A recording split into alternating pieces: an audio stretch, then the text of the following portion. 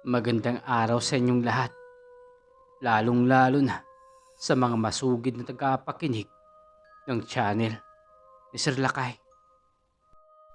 Makikita sa mga mukha ng mga manlalakbay ang kakaibang tuwa dahil sa wakas ay narating na nila ang kanilang pupuntahan. Ang kagubatang magpapabago sa kanilang buhay. Sa wakas, kaunting oras na lang, magbabago na ang ating mga buhay. Kaya't ihanda ninyo ang inyong mga sarili. Saad ni Ed, isa sa mga nangunguna sa mga manlalakbay. Ngunit, biglang nagsalita ang bangkerong naghatid sa kanila na siyang ikinalingon nila dito. Kung ako sa inyo, huwag na kayong tumuloy sa kagubatang iyan. Saad ng bangkero. Manong, bakit naman ho? Andito na po kami at saka mukhang maganda ang mangyayari sa aming paglalakbay. Saad ni Ed, ang nangunguna sa grupo. Binabalaan ko kayo, mga anak. Hindi maganda ang kutob ko sa lugar na ito. Isa akong dating albularyo, kung kaya't malakas ang pakiramdam ko na may nakaabang na panganib sa inyo kung itutuloy nyo ang inyong balak. Muling saad ng bangkero, ngunit tinalikuran lamang siya ng mga ito at tinahak nga ang loob papunta sa tagong kagubatan.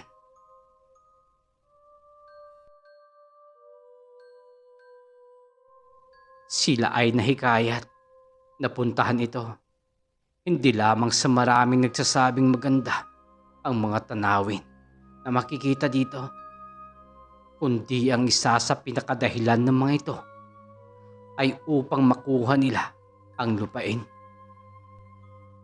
Dahil ayon sa mga naririnig nila na walang nagmamay-ari ng lupaing iyon o walang sino mang pumupunta sa nasabing tagong kagubatan, kahit na napakaraming pilak ang makukuha dito.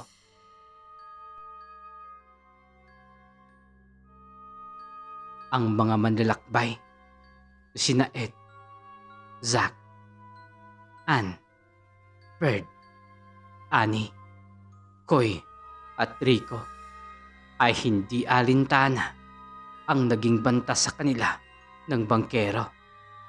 Tinuloy-tuloy nila ang paglalakad hanggang sa may makita si Zack. Tignan ninyo, ano iyon? Tanong nito sa kanyang mga kasama. Kung kaya't agad-agad nila itong nilapitan at nakita nila isa itong kakaibang bulaklak.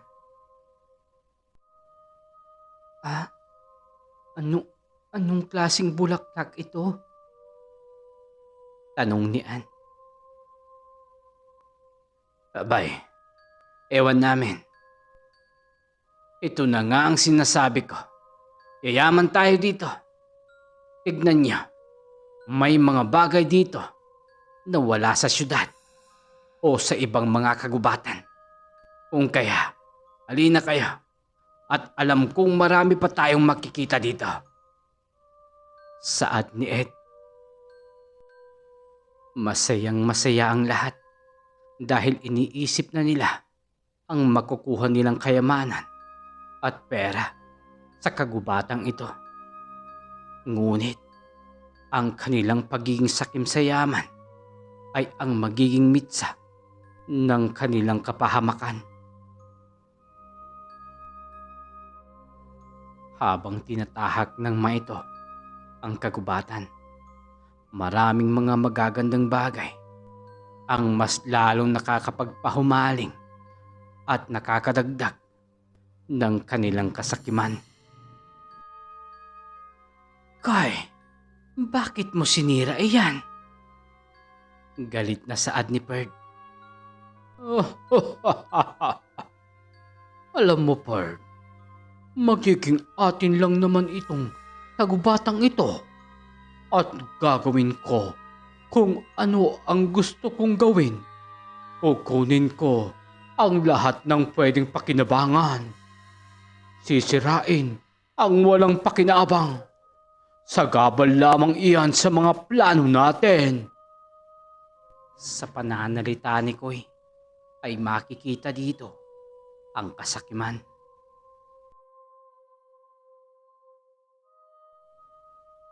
Mula sa liblib na lugar ng tagong kagubatan ay amoy na amoy ng mga gabunan ang mga sariwang dugo ng mga malalakbay.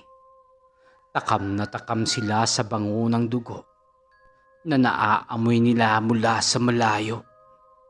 Matagal na silang nakakulong sa kagubatang ito at ngayon lang naman ang mga ito makakatikim ng sariwang karne ng tao.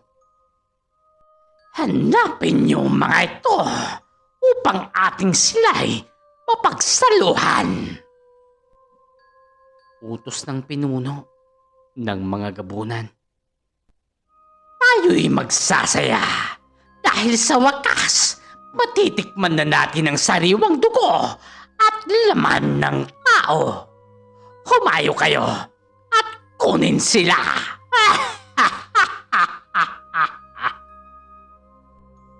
Umaalingaw-ngaw ang tawang iyon ng pinuno ng gabunan. Dali-dali naman nagsikilos ng mga gabunan para hanapin ng mga malalakbay upang matikman na nila ang sariwang dugo ng tao. Mababangis ang mga itsura nito, halatang takam na takam at uhaw na uhaw sa dugo ng mga ito. Mas lalo silang nagiging mapangis kapag naaamoy at nararamdaman nila ang nakakaakit na bango ng dugo ng mga malalakbay. Naging maliliksi at mas mababangis ang mga gabunan dahil habang tumatagal ay mas lalo silang nagiging uhaw na uhaw sa dugo ng mga tao.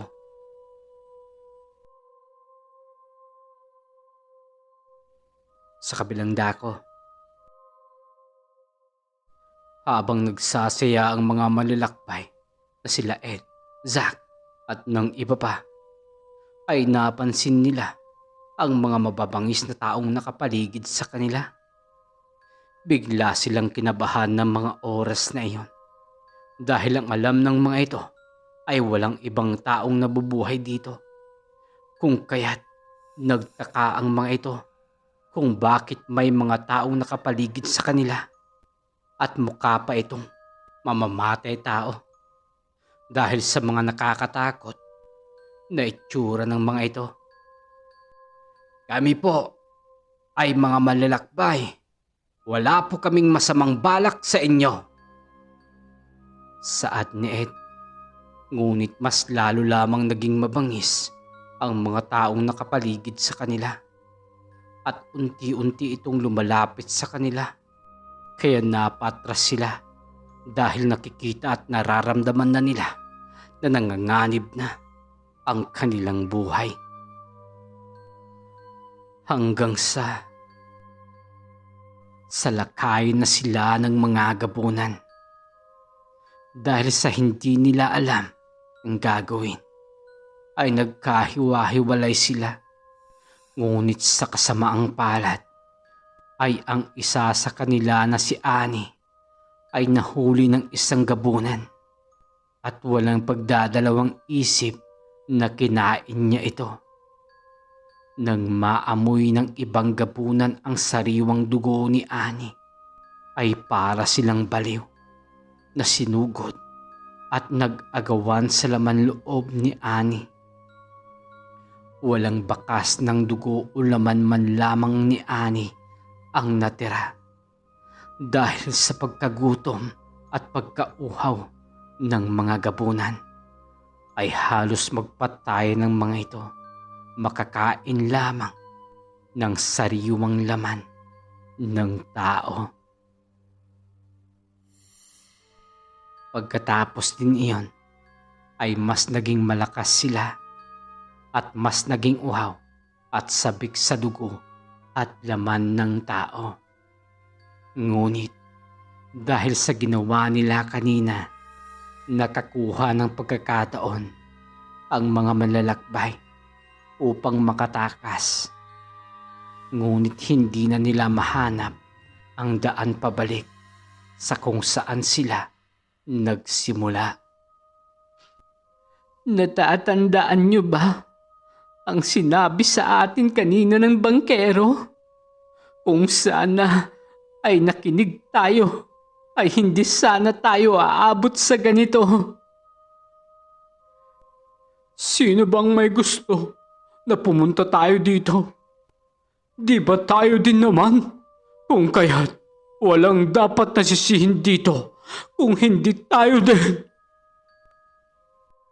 Ang dapat nating gawin ay mag-isip ng paraan kung papaano makakatakas sa lugar na ito at kung papaano makakatakas sa mga aswang na iyon. Bakit sa umaga nagpakita sa atin ang mga aswang na iyon? At ibang-iba sila sa mga napapanood kong mga aswang kahit na umaga'y nagiging aswang sila. Tanong ni Rico. Huwag na tayong magsayang ng oras. Kailangan na nating umalis dito. Dahil kung hindi, susunod tayo kay Ani. Kaya kung gusto nyo pang mabuhay, ay bilisan na natin. Koy! Ngunit hindi pa nakakalayo ang mga ito. Nang sa isang kisap mata nila ay may nakaabang na sa kanilang mga gabunan. Takbo! Takbo na kayo! Pagkarinig nila sa sigaw ni Ed ay agad-agad silang nagsitakbuhan at naiwan si Ed.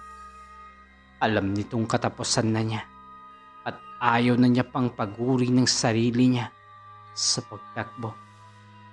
Dahil alam nitong hindi sila makakalabas ng buhay sa kagubatang iyon. At mula sa malayo ay rinig na rinig nila ang malakas na sigaw ni Ed. Gusto man nilang tulungan ito, ngunit ipinagpatuloy na nila ang kanilang pagtakbo. Dahil alam nilang sa oras na maabutan sila ng mga aswang na ito, ay magiging katapusan na rin ng kanilang mga buhay. Halos pagod na sila sa kakatakbo dahil hindi sila tinatantanan ng mga gabunan. Dahil habang nakakakain ito ng sariwang karne ng tao, ay mas lalo itong nagiging malakas. Ngunit ang ipinagtaka ng mga manlalakbay dahil nang lumabas na ang buwan ay bigla na lamang nawala ang mga gabunan. Lumabas sila mula sa pinagtataguan nila at handa na sana ulit silang umalis nang makita nila ang 3 gabunan na nakaabang sa kanila. Muli silang sinalakay nito, ngunit napansin nilang mahina ang mga iyon. Biglang nakita ni Rico ang isang matulis na kahoy at walang pasubaling kinuha niya ito. Mabilis na napatay ni Rico at Koy ang 3 gabunan ng isang matulis na kahoy lamang. At doon nila napagtanto na hindi ito ang aswang na napapanood nila o kilala nilang aswang, dahil sa umaga lamang ito malalakas at paggabi naglalaho ang mga lakas nito. At alam ng mga ito na nagtatago ang mga gabunan tuwing gabi dahil walang laban ang mga ito. Kaya doon nakakuha ng pagkakataon ng mga malalakbay kung papaano nila mapapatay ang mga aswang na gabunan. Agad nilang hinanap ang kinaroroonan ng mga gabunan. Ngunit hirap silang matagpuan ito. Ngunit alam nilang nasa isang liblib ito nagtatago. Mababangis man ito sa umaga, ngunit paggabi wala itong mga lakas. Kung kaya, kayang patayin ng mga ito ang mga gabunan. Naghanda ang mga magkakaibigan ng mga bagay na pwede nilang panlaban sa mga aswang kung sakali mang makaharap na naman nila ang mga gabunan. Kapag nagpakita na naman ang haring araw. Alam ng mga manlalakbay na malapit nang sumikat ang araw. Ngunit nagbabakasakali pa rin silang makita ang kinaroroonan ng mga gabunan. Sa kabilang dako, amoy na amoy ng mga gabunan ang mga manlalakbay. Halos gabangin na nila ang kinaroroonan ng mga ito. Ngunit alam nila na wala silang lakas upang mapatay ang mga manlalakbay. Hindi sila makalabas-labas kung saan sila naroroon. Dahil sa oras na lumabas sila ng kanilang pinagtataguan, ay mawawala ang kanilang lahi. Kung kaya't naghintay ang mga ito na mag-umaga.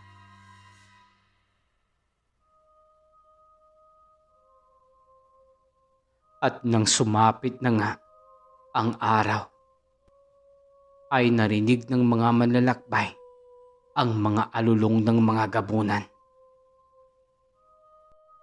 Maghanda na kayo.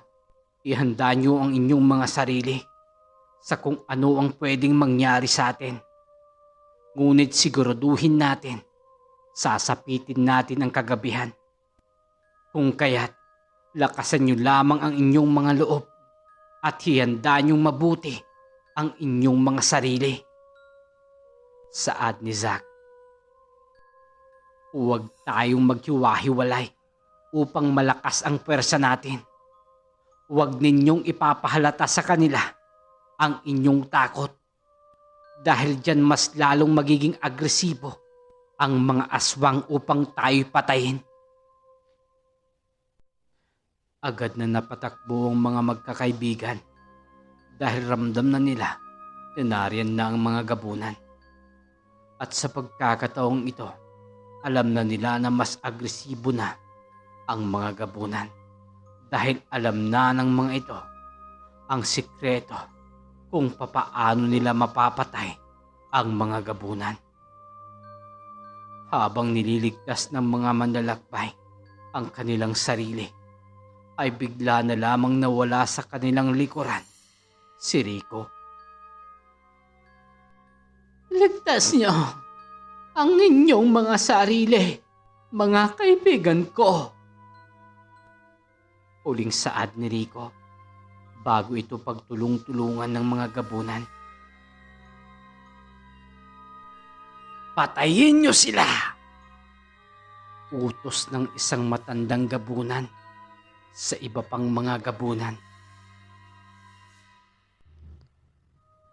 Mapalad kami dahil sa inyo nabuhay at nagkaroon ulit ng lakas ang aming mga katawan sa pamamagitan ng inyong mga dugo. Muling manunumbalik ang aming mga nawalang lakas. Naghanda silaan, Bert, Zack at Koy dahil marami ng gabunan ang nasa kanilang palibot. Ihanda ninyo ang inyong mga sarili. Nanginginig na saad ni Bird. Naririnig na nila ang mga pag-angil ng mga gabunan. Sa hindi inaasahang pagkakataon, nakuha ng isang gabunan si Anne nang hindi man lang nila namamalayan. Makakakuha na sana sila ng pagkakataon upang makatakas. Ngunit mas naging maisip ang mga gabunan.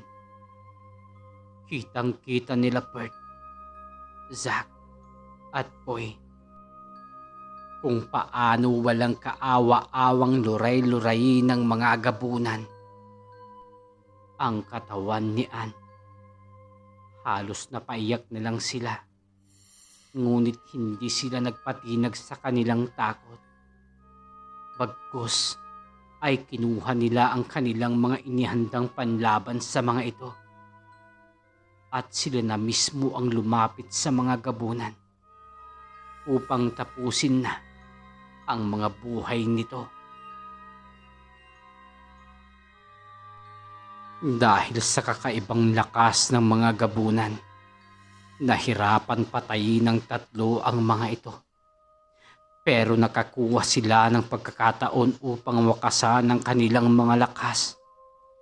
Nakita nila kung papaanong protektahan ng ibang gabunan ang matandang gabunan. Kung kaya't nag-isip ang mga ito kung papaano nila makukuha ang matandang aswang gabunan. Nagtagumpay nga silang makuha ang matandang gabunan at kita nilang magdidilim na ang kalangitan. Ngunit ang mga gabunan ay nananatili pa rin at hindi umaalis dahil hawak-hawak nila ang matandang gabunang aswang. Nang tuluyan ng dumilim, ay doon na pinatay ng tatlo ang matandang gabunan. Labis na nag-aangil sa galit ang ibang gabunan. Dahil wala ng lakas ang mga ito tuwing gabi, ay natalo nila ang mga ito. Mabilis nilang nilisan ang lugar ng mga gabunan. Hinanap nila ang lugar kung saan sila inihatid ng bangkero. At doon ay mabilis nilang nilisan ang lugar. At dito na nagtatapos ang kwento ng mga manlalakbay at ng mga gabunang aswang. Muli ay maraming salamat sa inyong lahat. Mag-iingat po kayo palagi at hanggang sa susunod na kwento. Maraming salamat po sa inyong lahat.